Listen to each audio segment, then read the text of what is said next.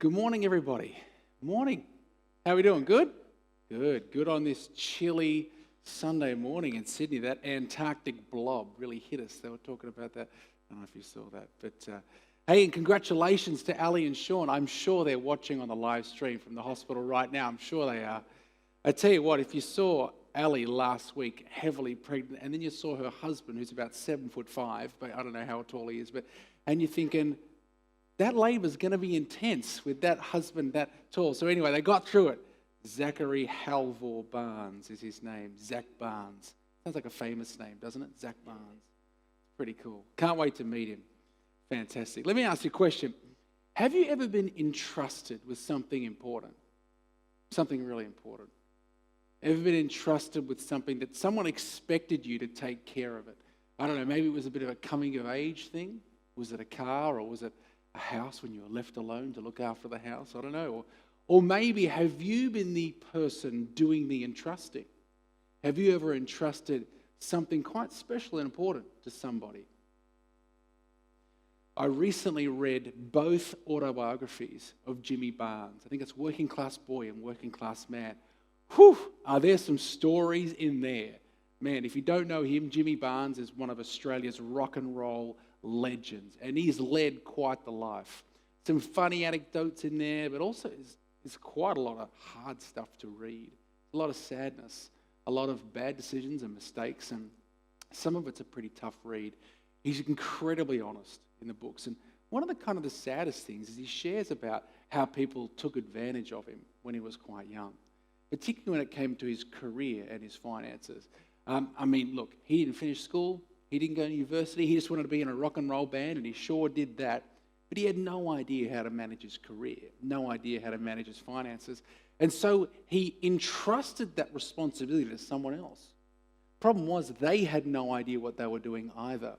And even worse, they actually used what was not theirs for their own selfish gain. They used what was Jimmy's for their own. They spent his money and they abused his career and all that kind of stuff. So it was actually much later in his career that he ever really made any money from what was a very profitable career. It's quite sad. You hear lots of these stories in the music industry. I think particularly in the music industry. Lots of artists who don't want to have anything to do with the management side of their life, and so they entrust it to somebody else. So lots of stories, but you hear famous stories about artists not getting paid a cent from hugely successful songs. And so when we were a band, I just had these stories in the back of my mind haunting me. I didn't want to get taken advantage of. And so when we were looking for a manager, we really kind of took a long time. We're thinking, what are we really looking for? Now, if that was you, what would you be looking for? You're entrusting something, a part of you, a very important part of your life, to somebody else. What would you be looking for? You'd be looking for someone who was full of integrity, wouldn't you?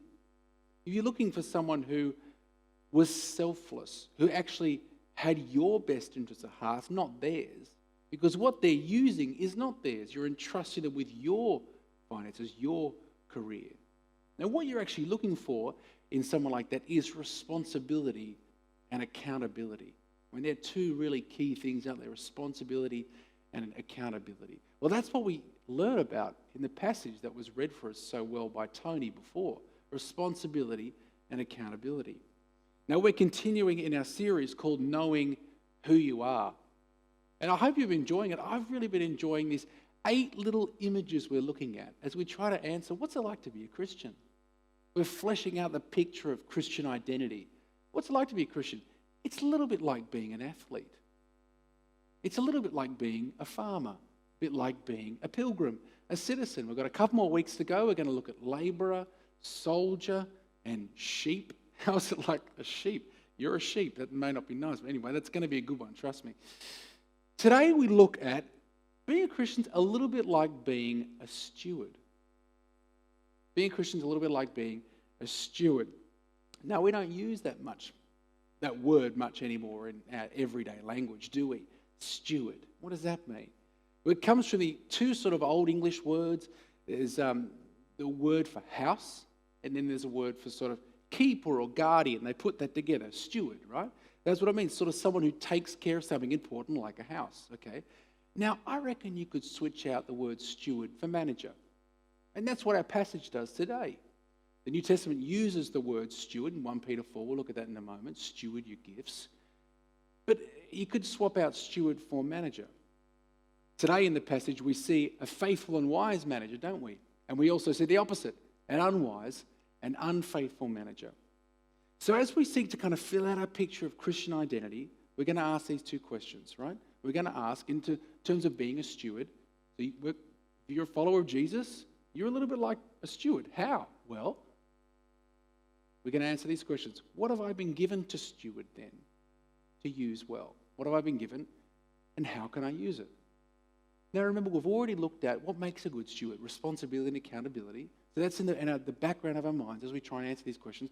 Well, what have I been given then? And how can I use it? There are 2 points today, and we're going to end it with a bit of gospel fuel to kind of motivate us into using these things well. So there are 2 points. Let's get cracking for this morning, and let's revisit the passage that was read to us, just the first couple of verses. Let's have a look here. Verse 42 of Luke 12. The Lord answered, "Who then is the faithful and wise manager, whom the master puts in charge of his servants to give them their food allowance at the proper time? It will be good for that servant, whom the master finds doing so when he returns. Truly I tell you, he will put him in charge of all his possessions." Now in the ancient world, this term is strongly connected with managerial, being a manager, and representative responsibility. So if this was you, if you were a steward, you could have you'd be prideful. You have a swing in your step, right? Why? Because someone thought you were worthy of being entrusted with this important task. Right? So you'd be thinking, wow, someone is invested in me.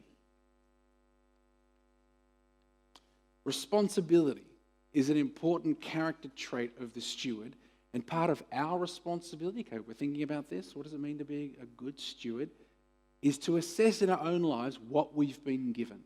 Verse 48, I reckon, is really helpful. Let's read this, the last verse. "From everyone who has been given much, much will be demanded. And from the one who has been entrusted with much, much more will be asked."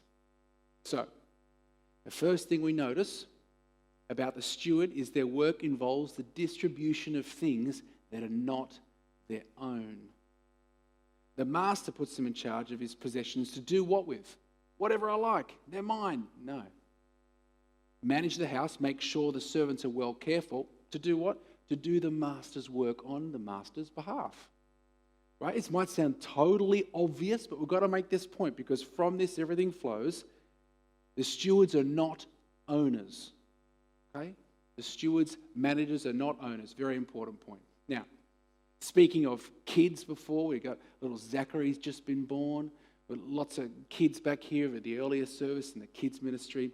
I remember my kids when they were growing up and their first words. It's an important moment, right, as a parent. Now, I'm not one of those parents that records them. So my mum, man, she records all the words that I'm not doing that. I don't do that. Not already wired like that.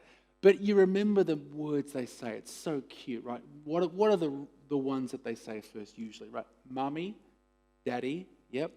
What can you guess? What are some of the others that they say that aren't as nice? What are some of the ones that they say? No, that's a good one. What else? Want, yep. What else? Go away, yeah, that's true. Me, what about this one? Mine. Know that one? Yeah, my kids learnt that one pretty darn quick. Mine. And as we were teaching the kids, about sharing and all that kind of stuff, we must have said share or sharing a lot. And so they started saying that too. There were some of their first words, but they totally misuse it, right? They'd grab a toy from another kid and say, sharing, They just replace mine with share or sharing, Share. They just thought share meant mine. Pretty funny. And that's kids, right? That's absolutely kids. Kids are excellent gift receivers. Have you noticed it? At birthdays or at Christmas, they just think, yeah, this is it. This is how it should be. Line those presents up. That's exactly right. Give me the gifts. They're so good at receiving them. Absolutely. They just think it's their right or privilege. Rather, of course, they're immature. Rather than seeing a gift is actually an act of benevolence on the part of the gift giver, isn't it? That's the very definition of a gift. It's not a wage which you earn, but it's a gift that you receive undeservedly. Now, kids totally miss that. Well, let's be honest, it doesn't change that much through the years, does it? James 1 verse 17 says, every good and perfect gift is given to you because you deserve it, or it's your right and privilege. No, every good and perfect gift is from above, is from God. Every good and perfect gift. See, our first mistake when it comes to thinking about what we have, remember that's the first point. Well, what have we been given to steward? Our first mistake is to think that everything we have is ours. We are owners of it all. Mine. Yeah? So the unwise and unfaithful manager abuses what has been entrusted to him because he thinks manager's taking ages to come back. You know what? It's now mine. I'll do what I want with it. Wrong. All you and I have is a gift from God. I might be overplaying this point, but that's okay. Because the truth is, we just struggle to believe it. Or we struggle to live it out. We might give it lip service. Yep, I'm thankful God gave me everything. But do we really think like that? Do we really live like that? See, I think a lot of us think like this. Well, man, I work hard for what I have. You know what? I've earned it. You know what? What I have, it's because I've worked hard and I've studied late and I've given up sleep and I've sacrificed, and it's blood, sweat and tears. It's due to my networks, using everything I've got. I work hard for what I have. Okay? Let's just take a second here to think about that. Let's just press pause for a second. You think about how much of our prosperity and our opportunity comes our way simply because of where we've been born. You think about that. As secular people would say, they call it an accident of geography. Now, we don't believe in accidents, but it's still the truth, isn't it? How much of our prosperity, how much of what we have is due to where we were born? How much say did I have whether I was born in the leafy northern suburbs of Sydney or in the slums of Soweto in South Africa? Not very much, did I? Being born into the Australian middle class or into the favelas of Rio in Brazil, I had nothing to do with that. Very little, nothing to do with it. If you were honest with yourself and you look back in your life, how many very important decisions were made on your behalf before you even knew the significance of them? School you went to, things were set up for you, even the networks you were in. What about your intellect, your gifts? You think that's you? Now, I don't want to underplay the importance of working hard and achievement. I'm all for that. That's what I want to teach my children. Absolutely. And this isn't a guilt trip, right? I'm not about that. But I think what we really need is a wake-up call in terms of perspective, right? A lesson in perspective. What we have is a gift. Everything. Just something, everything we have. If we believe that, then we must believe that we are stewards, not owners of the things we have. And this changes everything. Everything changes on this point.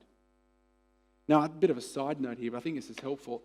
I think what often stops us from appreciating our blessings, we have a lot of them, is because we're just obsessed with what we don't have, right? Now, I don't want to be too hard on us. It's the air we breathe. Our culture is built on dissatisfaction, isn't it?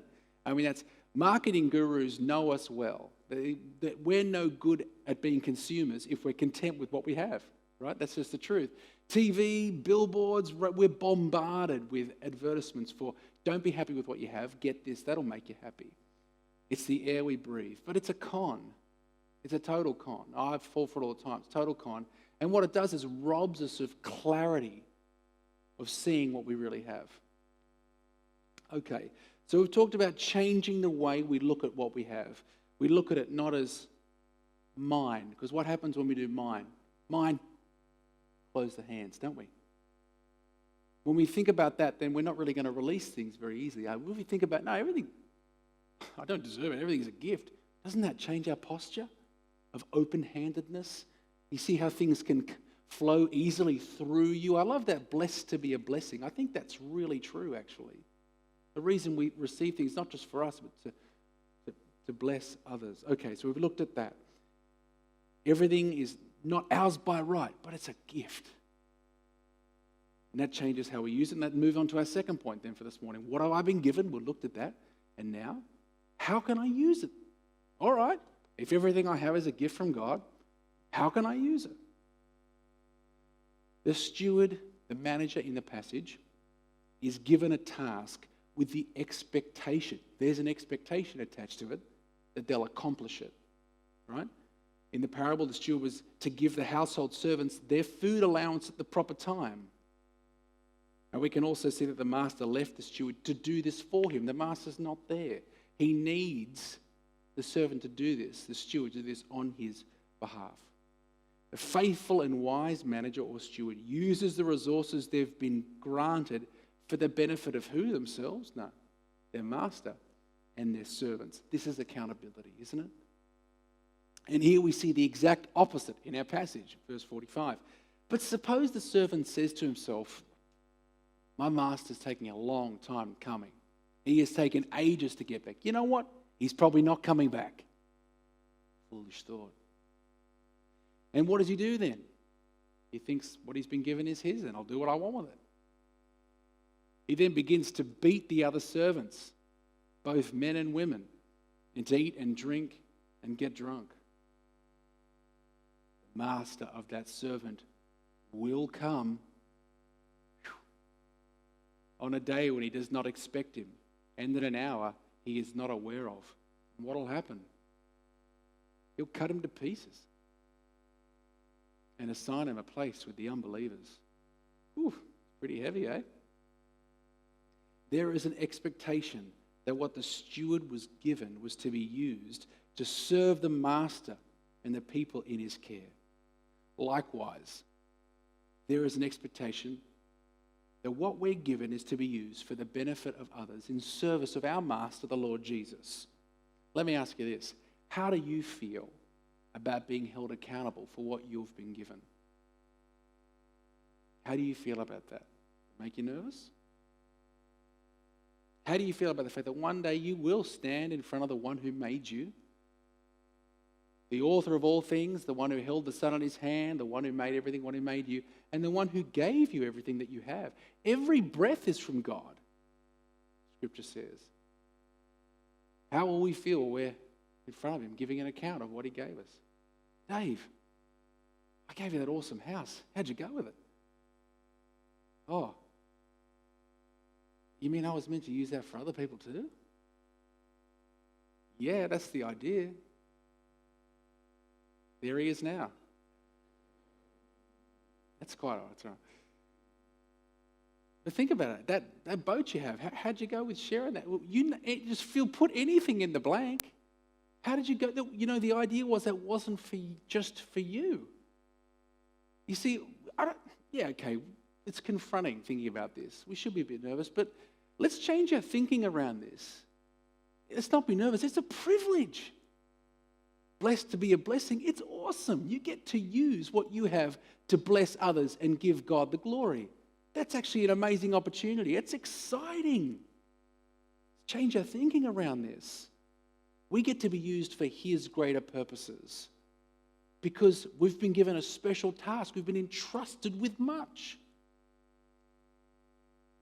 Here's the thing I think we sometimes do when it comes to thinking about what we have. We're really quick to disqualify ourselves. Oh, we're so good at this. I'm good at this too. We just think, you know what? There's someone with more money than me, someone richer, someone more talented, someone with more experience, someone with more time, someone with more fill in the blank than me. They can do it. They'll pick up the slack. I mean, think about it. Thankfully, we had a financial report a few weeks back. The budget's doing pretty well.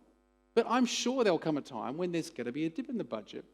And the temptation will be for us to think, time for the rich people to give. We'll just think that. Other people, that's their responsibility, not me. Or you name it. Hey, we need people to serve in kids ministry. Oh, other people can do that. We just disqualify ourselves. Yes, partly because we're lazy and selfish, absolutely.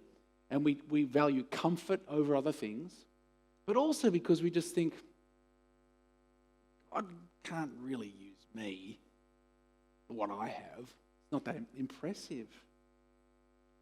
Easy to disqualify ourselves, but listen to this. God does not expect you to use what you don't have. I'll say that again. God doesn't expect you to use what you don't have. Stop looking to the left and the right to what other people have. It's none of your business. God doesn't think it's your business. He didn't give it to you. Think about what you've been given and how you can use it in the service of your master and others. God doesn't compare his creations. In the parable of the talents in Matthew 25, you might know the story. A wealthy man entrusts 3 people to do something with his money, with his estate. He gives one guy 5 bags of gold, 1 2 and 1 1. Then the master comes back. How did you go? There's an expectation they'd do something. Well, the one with 5 made 5 more. The one with 2 made 2 more. The one with 1, he was nervous. He just stuck it in the ground, did nothing with it. He's punished severely. I don't know why he did that. Maybe he looked to the left and the right and saw the ones with more and thought, I don't have as much as them. I'll just do nothing. What could I offer? I'll just do nothing with it. No. There was an expectation that he would do something with it. And he's punished severely. But here's what I love about this parable. Here's the thing. The first 2 stewards are not compared to each other, right? The one who's given 2 bags, the master didn't say, now why didn't you make 5 bags like your other mate? The master doesn't say that to him. He says, well done, you made 2, fantastic. God does not compare his creations. Now, can you imagine, it's a bit silly, but can you imagine God saying to an elephant, why can't you run as fast as a cheetah? Or to the buffalo, why can't you reach the leaves on a tall tree like a giraffe? Now, I've been reading too many kids' stories, okay, probably, but think about it. Imagine that the animals talking back to God saying, well, of course I can't. You made me. Exactly. God doesn't do that. He's made you exactly how he wants you. He's not expecting you to be like the person next to you, so you stop thinking that way. 1 Peter 4, 10 to 11 says, we're all given different gifts to what? Use on ourselves? Get real. To steward. To use for the body, for the good of the church. The issue is faithfulness in what we have, not flashiness. Faithfulness, not flashiness. That's tweetable. Is anyone using Twitter anymore? I don't know. You could tweet that apart from Donald Trump. No one's using Twitter. I'm not sure. But God's after faithfulness, not flashiness. I tell you what, I'm sometimes foolish enough to go for the flashy. You know, I sometimes think in my life, I wish my ministry, I wish it was more fireworks. I wish it was more impressive sometimes. Because faithfulness, it doesn't have the same sort of draw sometimes in our sinful minds, right? Truth is, we often just don't feel like we're doing something useful for God. I found this illustration helpful. A man named Edward Kimball was an elder in his church, and he felt called to serve in an area of the church he didn't really think was his zone, but he did it anyway. He served in kids ministry in the Sunday school. Now, he found it quite hard. He definitely didn't see himself as gifted at communicating with kids, but he knew, you know what, it's an important thing to do. I mean, could there be anything more important than entrusting the gospel to the next generation? Rita and Jim sitting right here, Tristy and Sajida, bless you. Bless you in what you're doing. Could there be anything more important? He knew it was important, so he committed to it. And he felt like kind of part of his job, part of his role, was to meet with the older kind of kids, the younger teenage kids, and just share the gospel with them one-on-one to give them an opportunity to respond in that kind of special moment. Well, he did that with the kids. In this one particular time, he went and visited this young teenage boy that was working part-time in a shoe shop, and he met him at lunchtime on his break.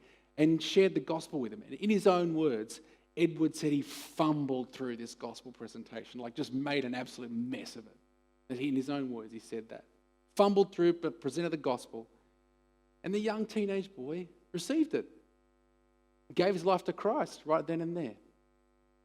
That young man was D.L. Moody.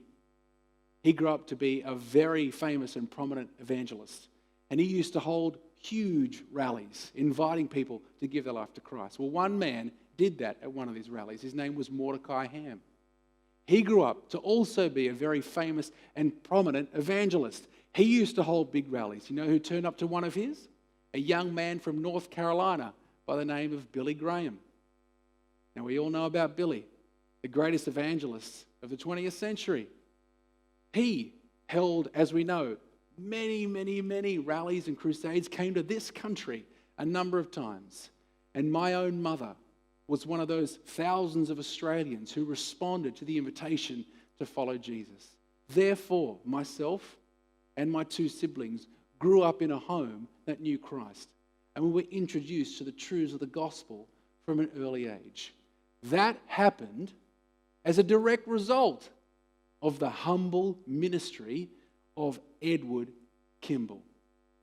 Isn't that crazy? Isn't that amazing? I am a result. My early faith is an extension of this one humble man. He had no idea. He couldn't have had any idea. But thank God he took his stewardship seriously. He saw it as important with just the humble task that God has given him. We don't know this side of eternity what difference our stewardship will make. Sometimes we get glimpses, other times we don't, right? We may not feel our gifts are as obvious or significant as others. But God's looking for what? Faithfulness. Not flashiness, faithfulness. So what do you got? What do you got? Show me what you got. Right? Think about it. We often talk about it in ourselves. What's in your hand? You know, God says to Moses, look what's in your hand. What do you got? Don't worry, I wish I had this, I wish I had that. Stop thinking like that. What have you been given? I tell you, you start making a list, you'll be surprised. We have been entrusted with much. What do you got? It applies to everything. Yeah, possessions, sure. What we have materially. But you think about this with the gospel lens, it blows everything into craziness. Think about your relationships. Think about what does it mean to be a really good steward of all my relationships? Spouse, sibling, friend, employee, kids' church leader, whatever it is. Imagine sowing into those things with the thought that these are gifts that have been given to me. Imagine the blessing I can be to all these people. He wants us to take what he gives us and use it for his glory in the service of others. Now, of course, it'd be silly if today we didn't talk about money. Don't leave. But come on, let's not be shy about talking about money. We use it almost every minute of the day. If we're not talking about it, we're not actually being holistic followers of Jesus, are we? Let's not be nervous about talking about money. Our personal finances, God's given that to us too. Some of us have been given heaps. Some of us a good chunk and others not so much. That's okay. But how we think about our money is no different, is it? In fact, I think we often have a far too small vision when it comes to money, and I reckon I'm probably guilty of sowing into this. You know, often when the church talks about money, how much can you give to the church? How much are you tithing? Can you up a percentage of what you tithe to the church and tithe first to the church and not to, and they're really good principles, and I would say that they're all true. But it's not the big vision question. How much are you giving to the church? Important one. But the question, I think, is how am I wisely stewarding everything God has given me, including my money? You see how that changes the conversation? If everything's a gift, how am I using all money God has given me? Yeah, okay, some to the church and to Christian ministry, but what else am I doing? What am I investing my time and my money? You see? It's different. It's a much bigger question. Here's the thing. If you're anything like me, you struggle with this. We struggle with this, don't we? We often, it's so easy to use what we have for ourselves. It's so easy to fall into that pattern to do it. Yes, we're lazy, and yes, to use them just what we have for us. Why? What is preventing us from using what we have to serve the Lord and our people? Often, I think it's because we hold too tightly to what we shouldn't. Remember that mine gift? We hold too tightly to what we shouldn't, and that is sin. Right? We look at things we're given, all the things that we're given. We look at those things to be what they were never meant to be. You'll give me purpose. You'll give me security, hope, a life worth living, won't you? We hold too tight to those things, thinking they'll give us what they were never meant to. So how do we not then? How do we let go of it? Let's not pretend that that's easy to do, okay? How do we do it then? See, I can tell you till I'm blue in the face, and I'm sure I've tried it before. Come on, give more of your time. You've got gifts. Come on, use them for the church. Come on, you got money. I know you got money. You got God's money in your pocket. You heard that one? Been to a church where he said that. Put your money in your pocket. Grab whatever it is. You got God's money in your pocket. Bring it out. That was out there. Anyway, sorry. I can tell you till I'm blue in the face to just, come on, give more, serve more. Come on. It's not going to work. It might work for a little while, but it doesn't bring lasting change. What does? We'll only let go of these things when we have confidence in something greater to grab onto. Let me illustrate this. I wonder if you've seen either of these movies, The Dawn Wall or Free Solo. They're great movies. I can recommend them. They're fantastic. And they're documentaries about mountain climbers. Now, these people are crazy. I know Luke is a mountain climber and Tony here, they love to get into it. And we got talking about mountain climbing the other day. It got me excited. Something about men climbing up walls. Something kind of, I don't know. Anyway, both these movies talk about conquering this cliff face. It's called El Capitan or El Cap. And it's in the Yosemite National Park in California. Look at it. It just looks sheer, doesn't it? It doesn't look like there's any handholds on it. Crazy. So the Dawn Wall is all about these two guys that take 3 weeks to be the first people to climb up it. 3 weeks. They don't get off the mountain. They sleep in a tent like that. These people are insane. Luke is thinking, that's what I want to do. That's what I'm doing next year. Free Solo is even crazier. It's about one guy tackling this thing with no ropes. Yeah, it's insane. Awesome movie. And just your heart is in your mouth the whole time. I won't spoil the ending, but they're great movies. Now, why are we talking about this? Just because it's cool. We're talking about this. There's something about mountain climbers, right? They study what they're going to do. You've got to give them credit. They have these maps of the cliff face that are all like in segments, and they know every handhold on that thing. They know it intricately. They spend hours and hours and hours. We're talking months studying this cliff face. So they know the character, the shape of every, they got names for them all, of every single handhold on the cliff face. Here's the thing about mountain climbing, as hopefully you two will tell me. You're not going to let go of your current handhold until you're confident in the next one. It's true. You're not going to do it.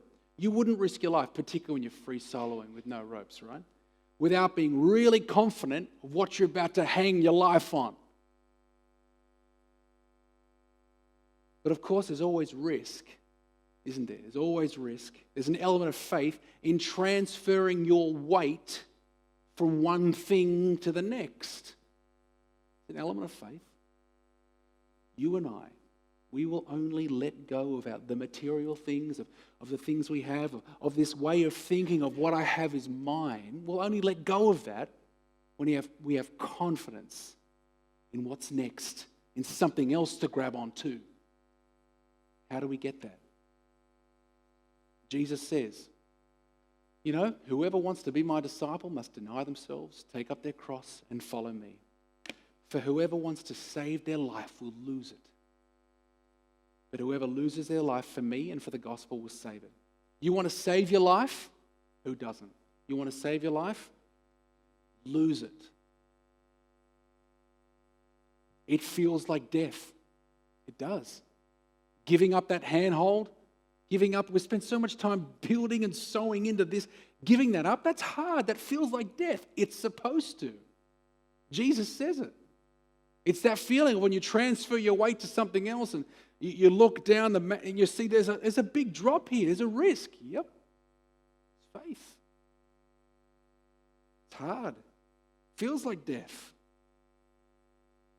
How can we lose our life? How can we do this with confidence? The invitation from Christ is lose your life for me. But how do we do it? How can we let go of everything we've built for ourselves? How can we lose our life for him? Because he lost his for you. I love this quote from Jim Elliot, the missionary who gave his life to share the gospel.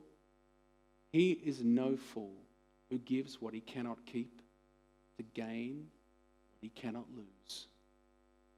Such a great quote, isn't it? You know, the night before his death, we'll finish on this. The night before his death, Jesus and his disciples were in the upper room. You know this story. John tells us that before they ate, they realized there was no servant there to wash their feet. Whether one of them had forgot to book. There was no air tasker back then, so they were kind of stuck. Or whether it was like a secret, clandestine sort of meal, so they wanted to keep the ranks really small. They didn't want a servant there. We don't know. Either way, there wasn't a servant there to wash their feet. Now, you know, back then the tables were much lower to the ground and they'd often sit with their feet curled up right next to them.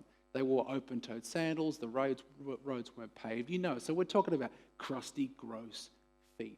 They're about to have this beautiful meal and they weren't prepared for it. There was no servant to wash their feet. Now I imagine the disciples just sort of looking at each other going, what are we going to do? Who's going to do it? Now let's not pretend the disciples were wealthy sort of patriarchs, but they weren't that, but neither were they like the lowest of the low.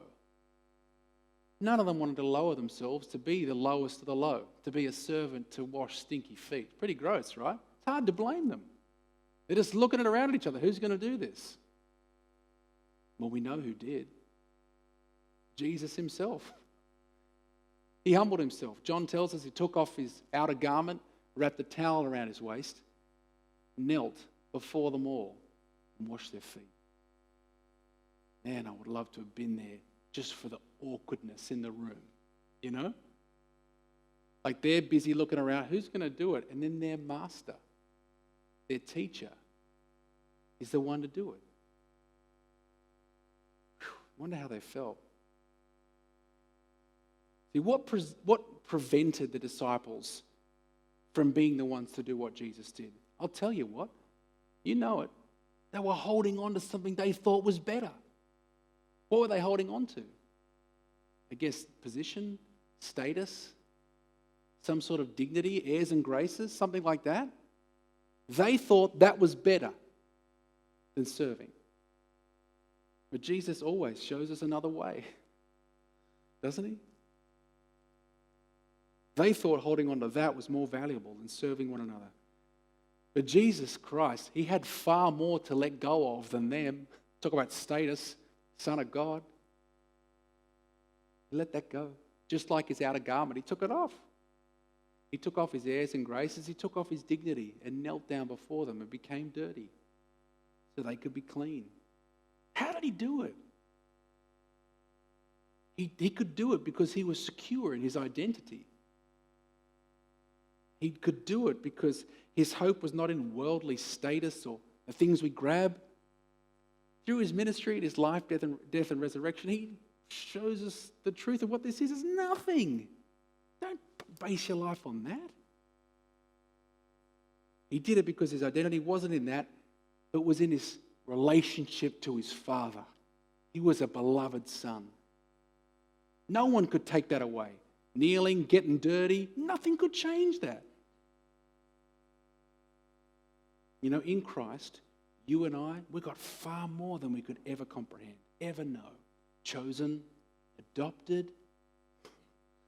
Jesus did more than let go of his status for you, more than wash your feet, even though that's beautiful. He washed your soul with his blood so that you could be really clean.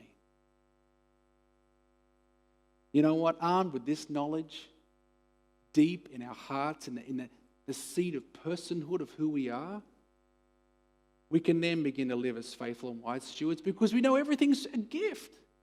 We don't need to hold on to something to make it what it should ever be. We can let go of it. And we can live lives of lavish and radical generosity that raises eyebrows in service of others and our Master, the Lord Jesus Christ, because of what he's given us. Friends, why don't we pray? Heavenly Father, we love you. May those words be true for us every moment of every day. We want to love you more than everything else. We know that changes everything. Everything is a good gift from you. Help us to see all that we have in that way so we won't hold tight to it. So we can let it go and be a blessing to other people. Use us. Help us this week to actually do a realistic inventory of what you've given us. I reckon we'll be really grateful and thankful and want to use it for your glory and to serve others. We love you, Jesus. Amen.